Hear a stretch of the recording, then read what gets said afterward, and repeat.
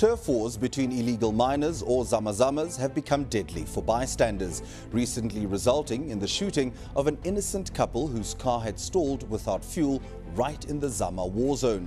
Who are the men battling it out for the last bit of gold beneath our streets, armed with AK-47s and rifles? Derek Watts reports. Over the years, we've brought you many stories on zamas, exposing the inner workings of South Africa's notorious illegal miners. They are looking for a job, they can't find a job. They thought this is much better than to go to somebody's house to go and brag. Most zamas are just illegal miners, risking their lives to enter abandoned mines to make a living. But the lucrative industry, estimated to be worth billions of rands, has attracted organized crime syndicates who wage war against police, mine security and rival Zama gangs. There's a lot of fighting in these illegal minings. Shooting, killing each other. Carte Blanche has obtained footage, a lot of it never seen on television before, which shows just how violent Zamas can get. This leaked CCTV footage shows an operational gold mine in Gauteng being attacked by a large group of Zamas in April this year. A security guard is shot several times and other employees are held at point-blank range or savagely beaten. It's a nationwide problem and one that police seem unable to curb. Zama specialist 𝗀𝗶𝗴𝗶𝗆 says our mines are turning into war zones. Have you seen some of the violence firsthand? Yes, there is people with tactical knowledge, military experience. They deploy observers, they've got snipers at certain positions, everything to protect it. Explosives are obtained on the black market, while weapons are often bought or stolen from police and armed forces in South Africa and Lesotho. 𝗶𝗿𝗏 of 𝗏𝗏𝗀 says the violence is on the increase. About 20 years back, there wasn't any weapons involved. And these days, you start getting R1 rifles, Uzis, automatic and semi-automatic weapons. Even the supply of food is big business, as Zama working underground will pay inflated prices for goods rather than risk surfacing and being caught by the authorities. 71 bags. These days, you talk about the bread that's 12 rand, that costs 200 rand. Gauteng's East Rand has become the scene of many violent Zama incidents. This footage shows a shootout between security and armed Zamas in the area. But along this stretch of the N12 highway between Benoni and Springs, the violence has spilled over onto our streets. This is the 𝗏𝗏𝗏𝗏 turnoff from the N12 near Benoni. It's the crossroad between the squatter camp and the mines, and with the illegal mining comes a trail of violence and bloodshed. Many Zamas who work the abandoned gold mines along the N12 highway live in the informal settlement adjacent to the off-ramp. The Zamas use the 𝗏𝗏𝗏𝗏 bridge to access the multitude of old mining shafts directly opposite the highway, literally a few hundred meters away. Last month, the bridge was the scene of a terrible tragedy. It was right here on the 26th of last month that a young couple were gunned down in cold blood after their bakkie ran out of fuel. 19-year-old 𝗀𝗁𝗃𝗍𝗆 and 24-year-old 𝗀𝗁𝗃𝗍 were on their way home to nearby Benoni when their vehicle ran out of fuel on the bridge. Crystal Park CPF chairman Paul Rayleigh has responded to many of the recent attacks in the area. You were on the scene shortly after the incident happened. I found the vehicle standing on the side of the road, bonnet standing open, and the bodies of the two youngsters lying on the road. According to reports, 𝗀𝗁𝗃𝗍 and 𝗀𝗁𝗃𝗍 were waiting for a family member to bring them fuel when they were gunned down in cold blood by three men who had emerged from the side of the bridge. Investigators believe that the Zamas in the area, many of them who travel with armed protection from rival gangs, were involved. How sure are you that zamas and their protection groups are involved? Obviously, the investigation's ongoing. There is no proof that it was zamas. You know, it's an assumption that we all make purely because this area is dominated by zamas and the problems. And if we look at past incidents, it's a big problem. 𝗀𝗁𝗃𝗍𝗆's parents, Theuns and Johanna, have been left devastated by the tragic loss of the daughter they loved so much. My children is my life. But my daughter, I just can't believe she's gone.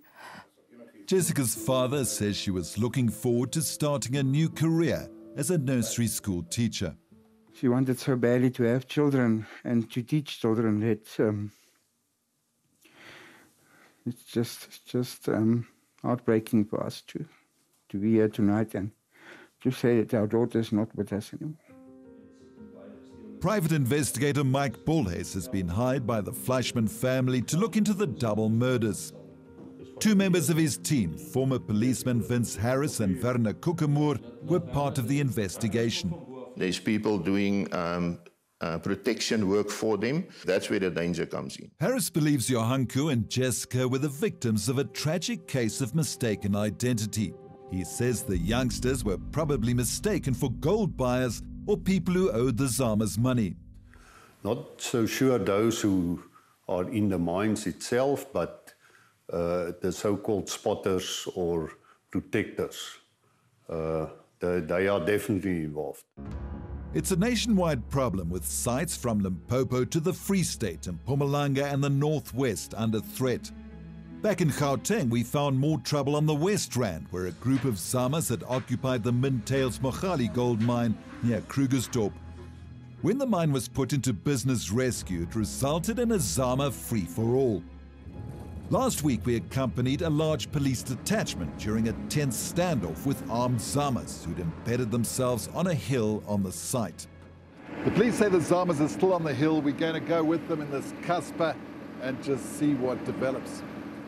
Earlier that day, we'd spotted some of the zamas on the hill seen here. But flushing them out at night with their high ground advantage proved to be an almost impossible task. What we are seeing is just how difficult this is for the police. It's a lethal game of cat and mouse. The zamas can be anywhere, in the bushes, in the mine shafts, in this equipment. It's really a thankless task and dangerous. Back on the East Rand, Paul Rayleigh told us the N12 bridge has become the dumping ground for zama bodies. The zamas seem to have incidents with each other.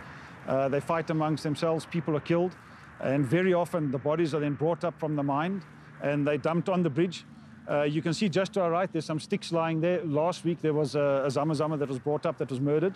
And earlier this year we had one that was also brought up, and what they did, they put a little note on his chest with the name and the telephone number of his next of kin. And they'd been shot. That's correct, they'd been shot. Much of the bloodshed here is blamed on zama rivalries, with one particularly fearsome group believed to operate from this hillside within walking distance of the Putfontein Bridge. Here they work the notorious abandoned Shaft 13. Frans van der Linde is a security specialist who does a lot of work for mines in the area. Frans, it seems you don't come out here unless you're heavily armed. Yeah, no, definitely. I mean, it's not a playground. We're approximately 400 to 500 meters away from the closest area where they are now, so it's a little bit safer from here. Am I being dramatic if I call this a war zone? No, not at all. No, it's definitely a war zone. We've hit contact here. We've been attacked with hand grenades, Khalil rifles, AK rifles, belt-fed machine guns, all of the above, yeah. Through some careful negotiation, we were able to access this large zama site adjacent to Shaft 13 and the N12. This is the entrance to just one of the shafts at the site. There are 11 shafts in total. The zamas stay down there up to 3 weeks. Like any large mine, the zamas underground are supported by a vast above-ground operation where everything from food and drink to a processing facility is available at a price. A kilogram of zama gold can easily fetch 450,000 rand on the black market, fueling the ongoing turf war on the East Rand. Well, it's just an amazing operation. Everybody seems to have their own job. Right now, very peaceful, but you can see how shootings can break out between the various factions. Oh, the illegal miner as such, he's quite a peaceful guy. You can talk to him, he won't do anything. But the criminal actions around the illegal mining are being done by people that wants to become the leader. And they misuse their power through the barrel of a rifle, prostitution, murder, theft, etc. Over the past decades, government has struggled to find a solution to the growing problem, and while plans are in the process to formalize the operations, nothing substantial has come of them yet. For now, the zamas are here to stay. We also don't want anybody else at that off-ramp or anywhere close to that off-ramp to get hurt as well. We don't want any other person, other parent to go through what we are going through. We want our roads safe and we want our children safe.